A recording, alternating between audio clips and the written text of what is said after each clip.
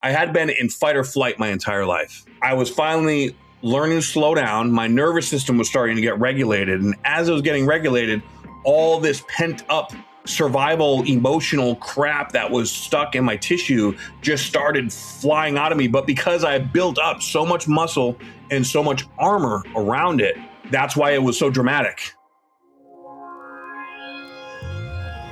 This is the Home of Healthspan podcast, where we profile health and wellness role models, sharing their stories and the tools, practices, and routines they use to live a lively life.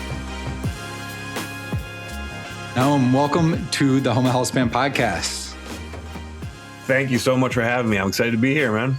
Yeah, I am excited to have you here and looking forward to our conversation. I have a lot of questions, but before I get into all of those, how would you describe yourself? I would say that I am a lively Renaissance man. Okay. I like it. Yeah. Just before we kicked off, and this is probably doing you a disservice, I was saying, you've kind of had these three different lives, these three different identities, but I mean, you've really lived it before. So it's probably more than three, right? You probably had something before you entered the army that was your identity and who you were. So could you, for those not familiar with your story, give us a little bit of your journey and kind of where you are now? Absolutely. I feel like I've lived 5 lives in this lifetime, to be honest. So when I was growing up, I don't really remember the first 7 years of my life. Even still, after all the experiences, thousands and thousands of ceremonies, I can't be hypnotized either. I've tried hypnosis. It didn't work on me. The memories, it never came back. So I just learned to accept it and be okay with that. Right. But from what I do remember, I was a runaway when I was a kid, and I was afraid to go home. I had a stutter, just not really a healthy situation at home. So I would run away, get picked up by the cops, be brought back home, get grounded, whatever, rinse and repeat for about 3 or 4 years until finally I ran away and I made it. I lived on the border of Massachusetts and Rhode Island. So I would run away to Rhode Island so the cops couldn't get me when I was 13 years old. And so finally, my friend's parents saw me one morning because I went to my friend's house for food. He was doing his paper in the morning, and I hadn't eaten in a couple of days. So they sat me down, right, and they talked to me, and they're like, well, look, you can't keep doing this. Like, we need to help you out. So I was like, all right, I'll go into foster care because I ain't going home. Oh. So I went into foster care, 13 and a half, 14 years old, somewhere around there, and I was in 17 foster homes between 14 and 18-ish. That time of my life was a little bit of a blur. I dropped out of high school, even joined a gang. And then when I was later in the year, my 18th year, I found myself homeless again and in a rough place. So I actually called my parents for the first time in a long time. I was like, look, I'm going to die. Because, the winter in Massachusetts, it gets pretty damn cold out there. Yeah. And I was on a park bench. I had nowhere to go, so I was like, I'm going to die out here. So can I come home? They were like, yeah, all right. So I went home. I got my GED and I got a job and I started working. And within 3 months, they were like, all right, look, you need to either go to college, go in the military, or get an apartment. But, you can't stay here forever. All right. So not too long after that was when 9/11 hit. And all my friends were joining up and talking about it. I didn't know a whole lot about the military at the time. I just knew that I didn't like where I was living. I didn't even know who I was. I had no clue what I wanted to do with my life. So I was like, well, why not? Let's join the military because, nothing else to do. And I'm probably just going to get in a whole lot of trouble if I stay around here. So I joined the military. It's probably the best decision I ever made for me. And when I joined the military, I realized, hey, I'm really good at this athleticism thing, right? I was excelling and it was easy for me and I loved it. And it made me feel good about myself. For the first time, I started to feel self-confidence, right? So I joined the military, and after a few years, I got deployed once to Cuba. I was a little disappointed in that because all my friends were going to Afghanistan, and when you join the military, they spice you up. Like, you want to go overseas and get, get badges and, kill bad guys and all this, hoorah stuff. So I was like, well, I want to do something more. So I tried out for EOD, which is Explosive Ordnance Disposal, basically the bomb squad for the military. I passed all the prereqs and, ended up going to EOD school, graduated, taught my class. and went right into a leadership position. And then I got deployed to Iraq in '09. And when I went to Iraq and I came up, in school, when I was working on all the problems, they mock it up the best they can to make it as realistic as possible. But you're not going to die, right? You know that you're not going to get blown up. There's so many safety precautions around it.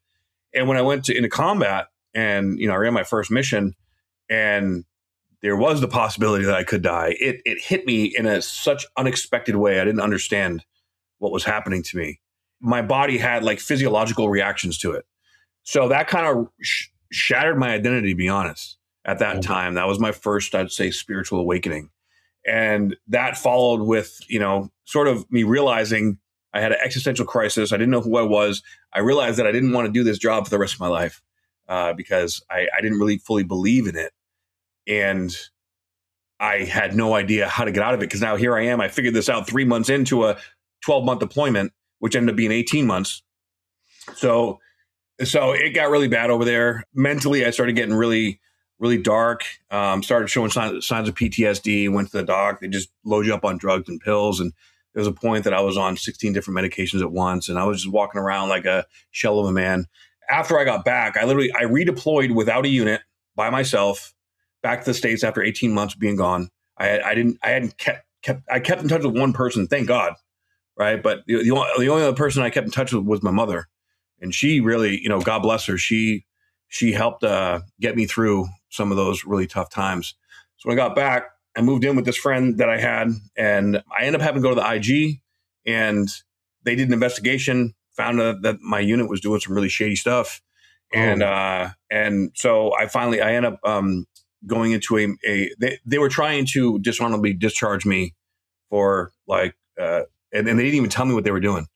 So I ended up getting a medical discharge for PTSD. And I didn't understand what PTSD was and stuff. So at that point, I decided I need to figure this out, because now I'm going through this process where I'm on all these drugs and going through all this therapy, and I just don't really know who I am. And I feel very lost.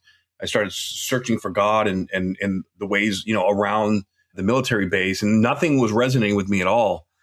So I decided after a while, I was like, you know what, I got off all the medications. It was just making me feel dead inside. And I wouldn't recommend anybody else do that, because it's incredibly dangerous. But at that time in my life, that's what I felt like I needed to do. And then honestly, I started getting ready for a bodybuilding competition. So why bodybuilding? Like, what was it that you identified? Because did you do sports growing up? I did do sports growing up. But I was kind of like, there was a short period of time in there where I was like pushed into, doing all these sports, and I didn't really enjoy them. So my very first competition was when I first got to Iraq. I was Mr. Taji 09. Camp Taji in Baghdad. So when I first got to Iraq, I had one of my team members that was that stayed back in the States for a couple months for some legal stuff. So I was the standby crew for like 2 months. So I was like, all right, I'm just going to go to the gym here and, work out and, eat and, have a good time. And about a week, 2 weeks after I got in country, one of the contractors comes up to me in the gym and is like, hey, you're in pretty good shape. If we throw a bodybuilding competition, would you compete in it? And I was like, why not? Right? I got the time.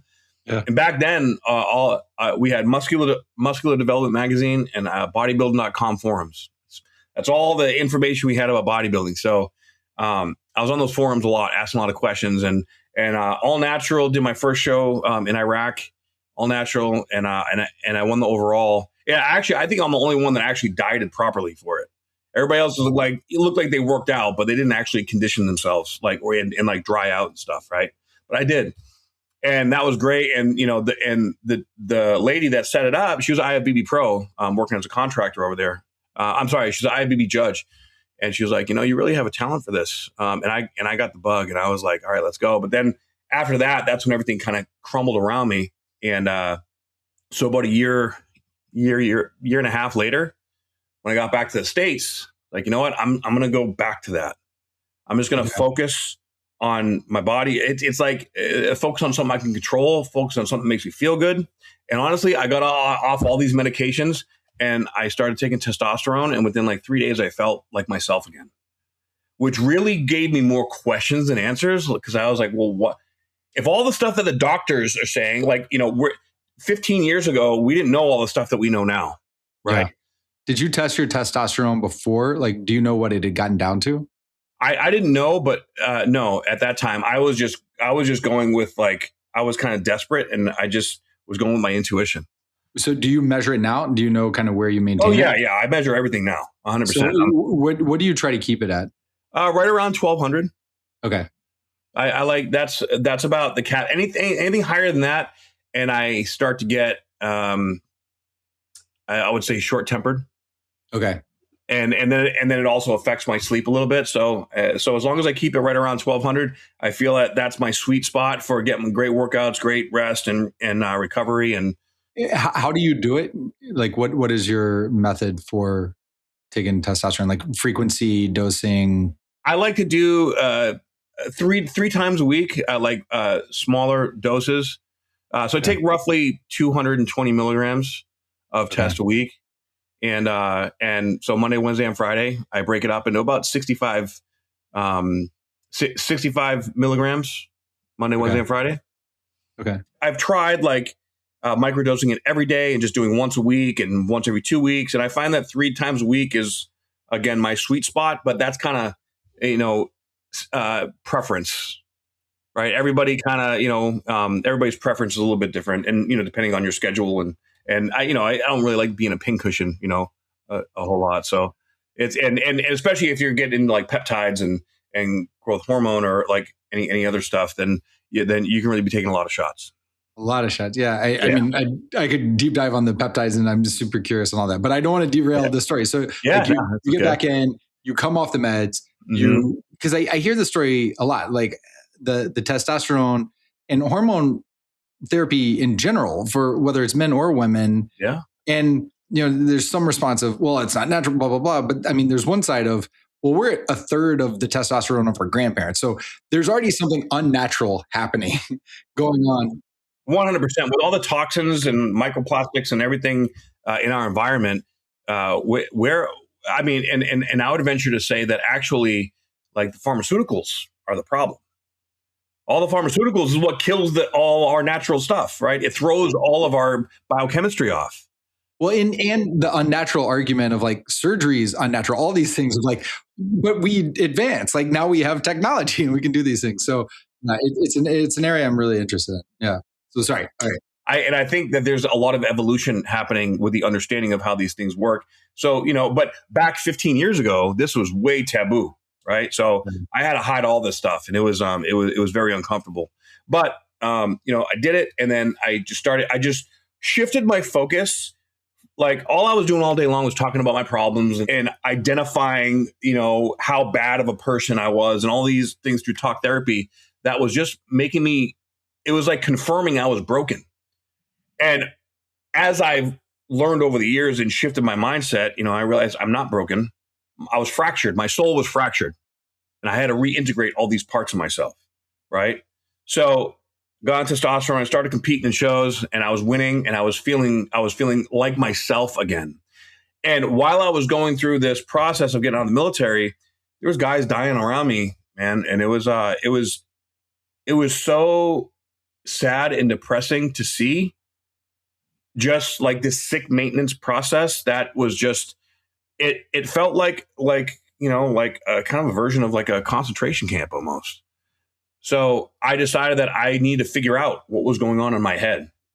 I need to understand this PTSD. I need to know what's going on, because I felt like a fraud, an imposter. Like, I didn't know who I was really at an existential crisis point in my life. So after I got out of the military, finally, I moved to Arizona, and I went to ASU to study psychology. And while I was doing that, I was also competing in bodybuilding full time, and really things were going pretty good for a while. And then I got to a point where, college, like, I found that certain classes I was doing, like, I was fascinated by, but then other classes like math and history and all the stuff that wasn't in the direction of that I wanted to learn. I just had a hard time focusing on it because I just didn't care, man. I was like, this is stupid. So I actually, after about 3 years of college, I dropped out of that, and I decided to go to massage school. So I actually moved from Phoenix to Vegas, and I went to massage school. And when I went to massage school, that I learned more about myself in that 14-month process than I did pretty much anything else anywhere else in my life. Because what happened was, when you go to massage school, they teach you how to get into your beingness, basically, before you get to work on somebody. And every single day, it's practical application, right? You learn what you're going to do in the classroom, and then you go in and you just work on each other for the second half of the day, every single day. So we're slowing down, we're listening to, meditation music and breathing deeply. We're regulating our nervous system. And after about 2 months of that, when I was in school, I started getting this really weird pain, this headache. It was a cluster headache that went from the back of my head it was shot to the back of my right eye. And this one day, it got so bad in school, and I was taking all this stuff, like painkillers and Excedrin and aspirin, and nothing was helping. And I was going to ram my head into a wall. And my partner that day was like, "Hey, can I work on you? See, maybe that'll help." So I was like, "Sure, please. I'll try anything." And as soon as, I laid down, he put his fingers in my CV4 joint, which is right here in the back of the head. It was like I shot up out of my body, like I was having an acid flashback or something. And I felt like all these demons were trying to catch me or get at me. I didn't know if I was dying. I didn't know what the hell was going on. And my body apparently was flopping around like a fish. It looked like I was having a seizure. Whoa. And this went on for about 2.5 hours in front of 27 people in the class. So once I was finally done, I had tears, pouring out of my eyes. My body felt like I got hit by a truck. And mind you, I'm like 250 pounds at this time, because I just finished my last show in 2013. I'm 220 now. So I was 30 pounds bigger than I am now. And and I talked to the instructor. I was like, "Dude, what the hell is wrong with me? What just happened? What is going on here?" And he actually started laughing, which was comforting, for me, because I thought that I had a serious medical emergency. And he's like, "Brother, that was the most intense SER I've ever seen in my life." So for your listeners that don't know, SER is a somato-emotional release. So fascial unwinding. Basically, I had been in fight or flight my entire life, right?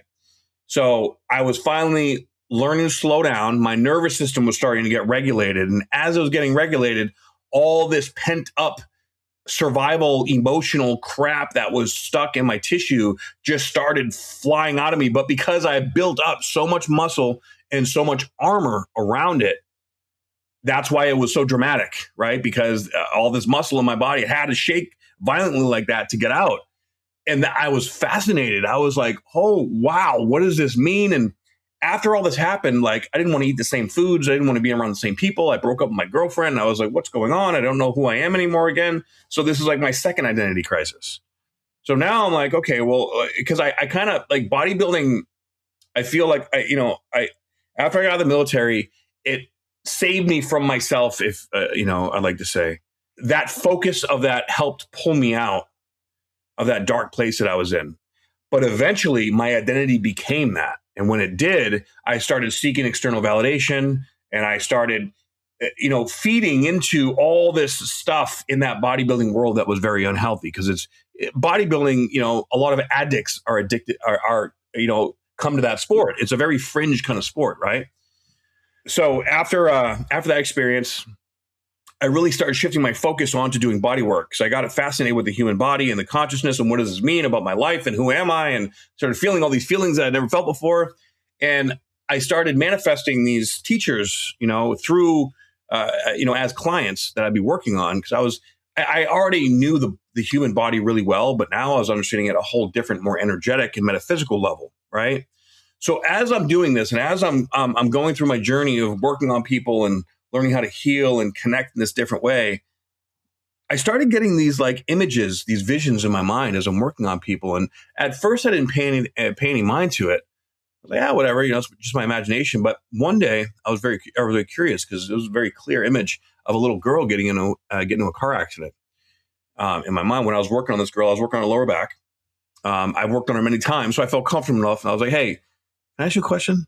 It's like, "Yeah." I was like, "Were you ever in a car accident when you were a little girl?" And she looked at me shocked, tears coming out of her eyes. She was like, "Oh my God, I was literally felt like I was just reliving this car accident I had when I was a little girl. I cannot, how the hell did you know that?" And that shocked me too. I was like, "What is this? What is going on here? What does this mean?"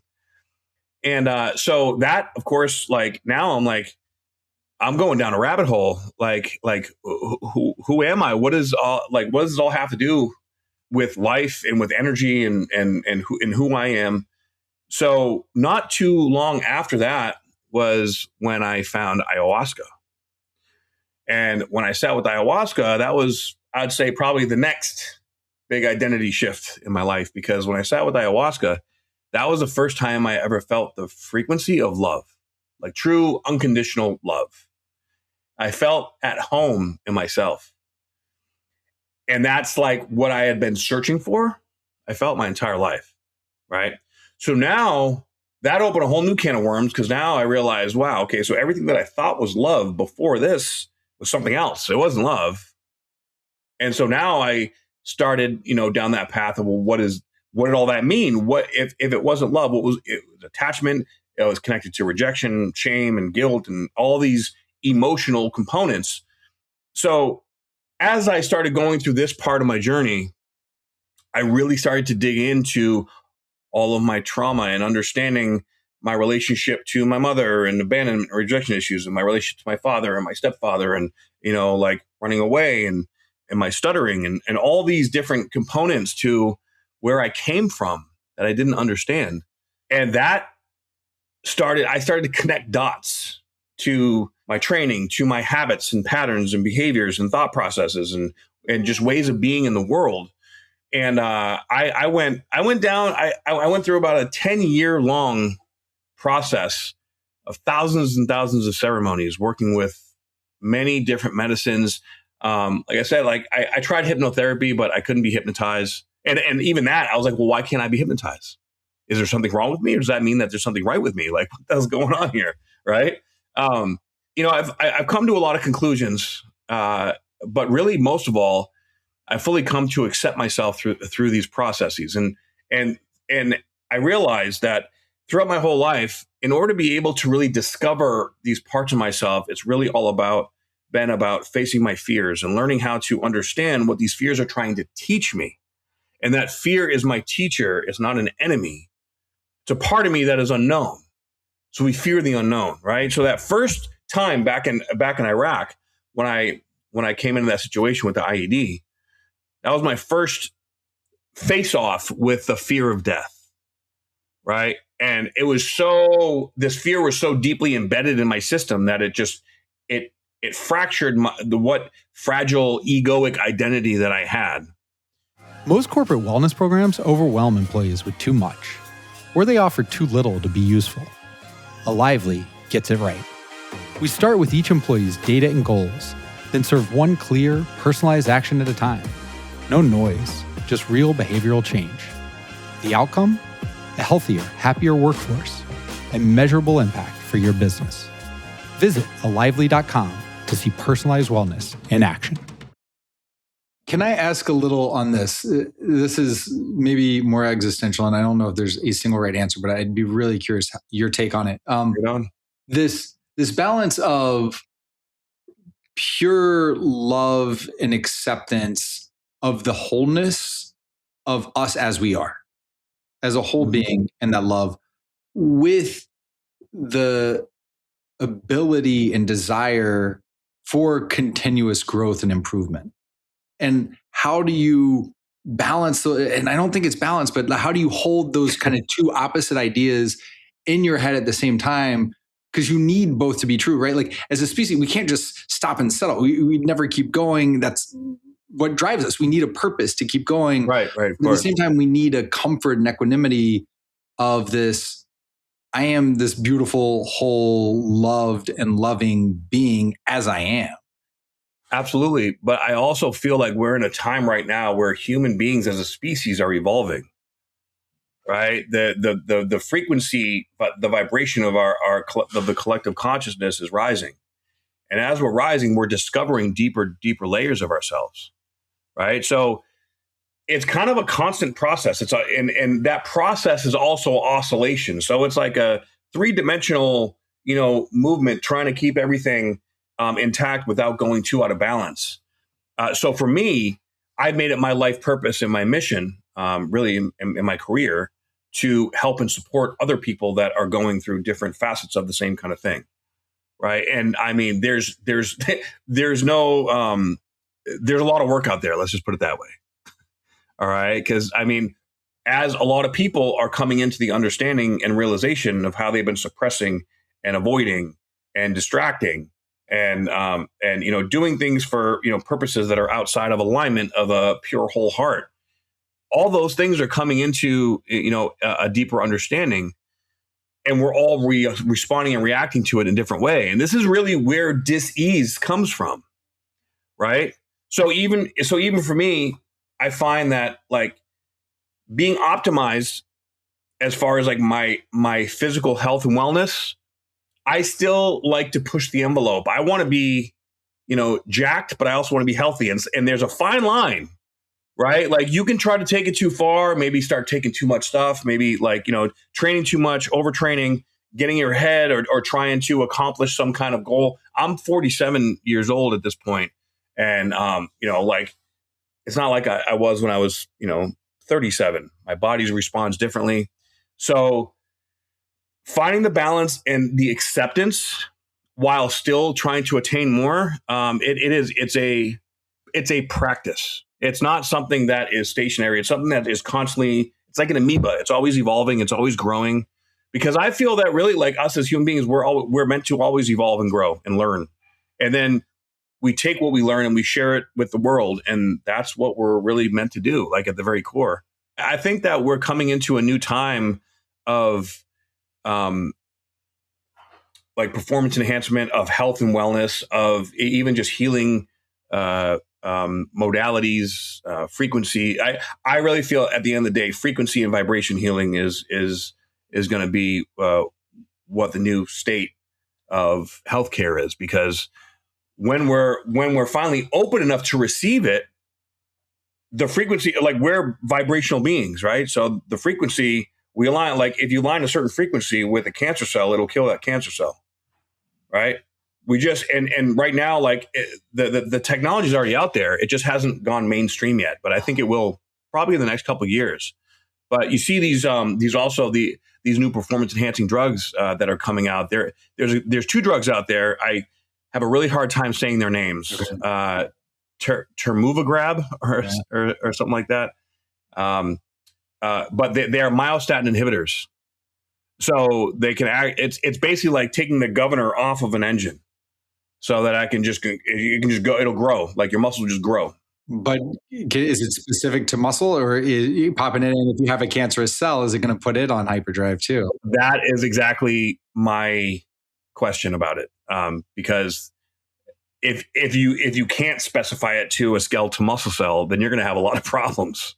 I mean, that's some of the fear even with HGH or TB4 or something too, right? Of like, hey, it puts you in hyperdrive, like it's going to grow. But if you're unaware that you maybe have a tumor, it could make that grow and could be a problem. It can, but well, HGH, I think there's a little bit of fear around that, but especially as we get older, like if you're over 40, if you're just taking 1 or 2 IU to bring your levels up to, high normal, you're not going to be in the range where you're going to potentiate cancer growth, right? Like your IGF-1 levels have to be well above normal, and you can get those tested as well. Because again, the aging, the aging component to all the toxins and all the crap that's in our bodies, detoxification is not we should do that. It's we have to do that. It is a requirement right now with all the stuff that we're being bombarded with, right? So detoxification and trying to do as many natural things as possible to keep the biochemistry as optimal as possible. It's right now it's not very easy, but I'm actually like I like HGH. I do. And like if you're abusing it, if you're taking way too much, then yes, you have a high affinity, like especially if you're in a chronically inflamed state, then you're going to be creating trouble. So and that's the unhealthy and scary side of bodybuilding. But that's also why I think not many bodybuilders keep bodybuilding after like 40, right? Yeah. You don't see many people out there. And it's even scary about how many guys are dying these days. These kids in this new generation, they're taking 2, 3, 4 times the amount of stuff that, I was taking 15 years ago. Yeah. It's crazy. You don't need that much. So and when you do that, it hyper strengthens the ego, right? So it pulls you out of your heart and you lose that heart-mind coherence. And that actually creates narcissism. It creates sociopathy. It creates disconnection from humanity. I'd love to dig in there because I think a lot of people not in it. So actually the gym that I have in Bermuda that I go to, it's a lot of bodybuilders and the coaches there and just like wonderful people. But I think a lot of people from the outside, like it's this meathead look or it's this super vanity. It's this superficial thing. But right, your new book, it puts this whole new spin on it, right? The Biohackers Guide to Spiritual Bodybuilding. And what you were just talking about is this disconnect. If you allow it to become that, it can be that. It's like any weapon. Like AI is not good or bad. It's a tool that can be used for good or bad. It's the intention behind and how you employ it. Exactly. Yeah. Yeah. So can you talk a little bit about why you thought this was an important book to share with the world and the lesson that you learned that you're saying, hey, others really need to hear this? So I went through the whole process of doing it the unhealthy way, getting messed up by it, and then learning how to do it the healthy way, right? And I see a lot of people out there, especially nowadays with social media and the impact that these young kids have on the pressure and stress of trying to attain this look, this idea of what they think they want to be. It's a lot of temptation out there, and a lot of kids in this younger generation too. They come from, broken families. Like there's a lot of broken families out there, especially fathers not in the homes. So they really don't have guidance. Their guidance is the world. And that's a really big problem, right? So we can take this to being the hero's journey in a healthy way, right? When we learn how to do the fundamentals first, you got to get the discipline into getting in the gym and training your body, understanding the biomechanics, the physiology and the anatomy, and also understand why you're going in there to doing what you're doing. If you're like, for me, when I really started getting serious into lifting, it was because of, I caught my girlfriend at the time, like banging a friend of mine. And, I was like, I'm going to get her back. I'm going to get jacked and I'm going to get her jealous. And then she's not going to be able to get me and blah, blah, Yeah. And that was just so immature. Right. But at least that gave my broken heart the motivation to do what I had to do. But over time, I learned just how unhealthy that was. Right. So it's the intention behind what you're doing and why you're doing it. That is really the most important factor that will drive your decision-making process. So you see in the gym, like you can tell the way, and I'm more specifically talking about men right now, right? Like the latzillas in the gym, right? The guys walking around with their lats flared, or they're very stiff, right? And they're just never happy. They're all, looking really angry, or they grunt and they get real loud in the gym. Those guys are just completely stuck and rigid in their energy and their ego, right? They're doing it to get a reaction from the external environment, and they react and or respond as almost a lifestyle. Whereas, and so they usually they train from a place of anger, from a place of self-punishment, like like the whole alpha thing, or no days off, bro, or being big and tough. Man, that shit's played out, dude. Like that is not healthy. That is that comes from self-loathing, and that comes from self-inflicted. You're basically beating yourself up and putting a pride or a dignifying component to it, thinking that you're doing something that is disciplined and worthy of something. It's very similar to how we've been conditioned to think patriotism is like being a martyr or being sacrificed, right? I disagree with that 100%. I think that my philosophy in the gym now is it's more meditative. It's more like, when I'm training, I go slow, I go intense, I match my breath with my movement to optimize the Bohr effect. I calculate tuning into my body, what my body needs for my rest periods. I stretch, I decompress, like hanging upside down. I make sure that I do my cold plunges, I do my infrared sauna, either before or after. I do a little bit of cardio, right? And I can tell if my body tells me it needs a break, I honor it, I listen to it, I give it good quality nutrients, as often as I can. And I listen to my body and I allow my body to tell me what it needs. And when you're listening to your body and you're able to do that, you'll find that you're able to sustain and maintain a good quality physique for a long period of time. Well, this is true beyond bodybuilding, right? I mean, this is a mindfulness lifestyle of, would you rather be mindful and present in your body, in your breath, in your mind, and living your life as you are here and fully being here, or have your mind somewhere else and fighting dragons that may have been from when you were a child, or that aren't real, or you imagine in the future, versus just being here for now, like just the being of it. Exactly. Because how you do one thing is how you do everything, right? So with that being said, the person that's doing the ego lifting, like they're also doing that in other areas of their life as well. And they're never happy.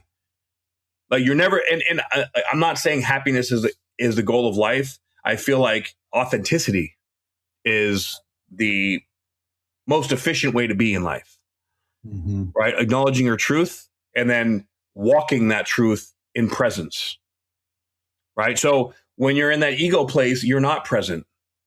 You're distracted. You're creating these stories in your mind, and you're amping up this anger, so that you can, push past your limits. And eventually that's going to lead to injury. It's going to lead to burnout. It's going to lead to addiction. It's going to lead to, all other kinds of, maybe even PTSD, right? But all bad things, right? The body is not meant to sustain that kind of punishment, right? I mean, really, honestly, like a really great example of that is Ronnie Coleman, right? Yeah. I mean, he did that, and he says he doesn't, regret it. But he was 8-time Mr. Olympia, and I feel like he did make a bit of a conscious decision to do that, and he was the best in the world, for his generation. And because he accomplished so much, now he's accepted how his body is, right? But for 99.9% of the population outside of that, that is detrimental to living a fulfilling life. It is a legitimate question. And I have this conversation a lot with parents, right? So if you look at the top, right? What did Tiger Woods' dad do to him? And what was his childhood like to become Tiger Woods? Andre Agassi, if you read Open, his biography, and what Steffi Graf and what Andre Agassi went through his kids and what their parents did, but none of them do it to their own kids. Like, yes, that got them to the best, but they're not happy. That did not ever lead to any fulfillment. And as a parent, you maybe, if you've never achieved that, you think, oh, this is going to be great for their lives. But none of them want that for their kids. Like, I'd be surprised if Michael Phelps pushing his kids to do what he did. Right? That guy, after every Olympics, would get depressed. It is a hard life. And if you watch The Last Dance with Michael Jordan, you see it. Like, we got to see beautiful basketball, but he's not happy. Right? And what do you want from your life?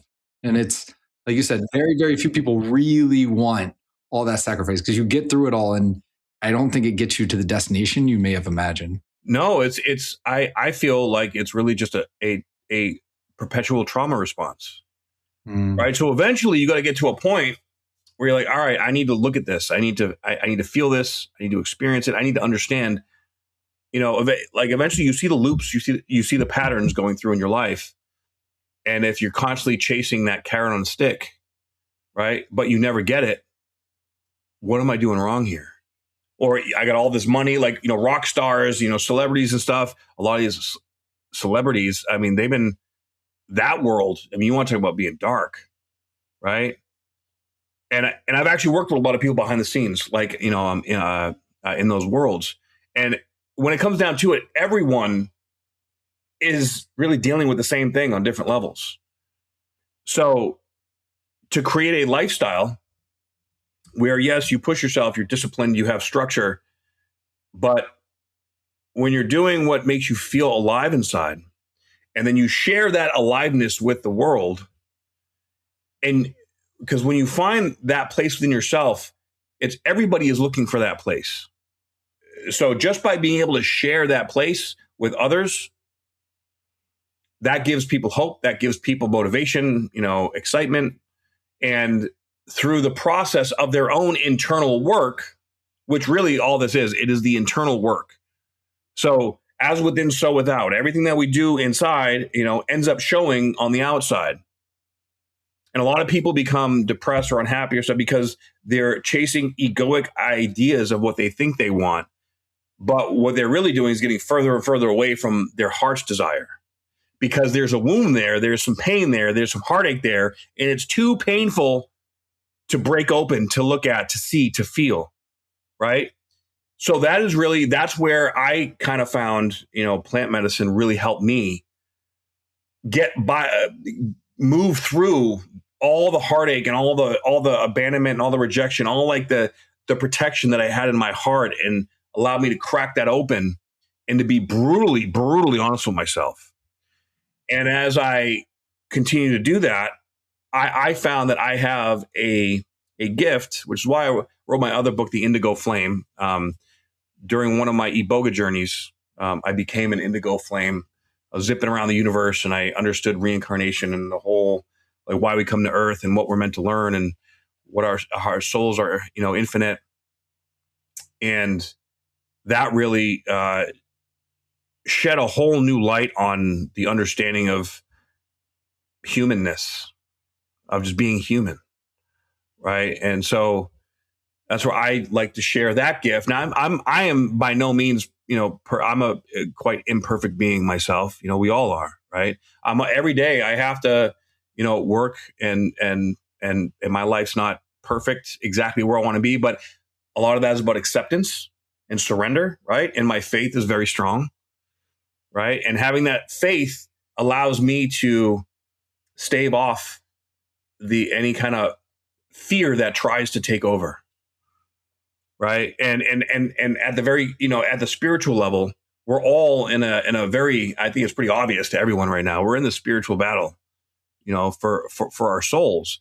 And there's love and there's fear, right? And everything is really kind of divided with, like, all of our fears, all of our attachments, all of our distractions, fantasies, delusions, illusions, all those things, when the feeling of going into love, if we don't believe that we can access it or get there, then we can fall into those loops and paths. The good thing is you can always, as long as you're alive, as long as you're still going, you still have an opportunity to come back and try again, come back and try again, come back and try again. And you just keep going. You do not stop. You do not give up. Yeah. There's only one finish line in this life, in this life. Right. Yeah. But yeah, the whole idea of energy, this is a conversation I have with kids all the time, my kids, friends' kids. Maybe I shouldn't, but like, what happens when you die?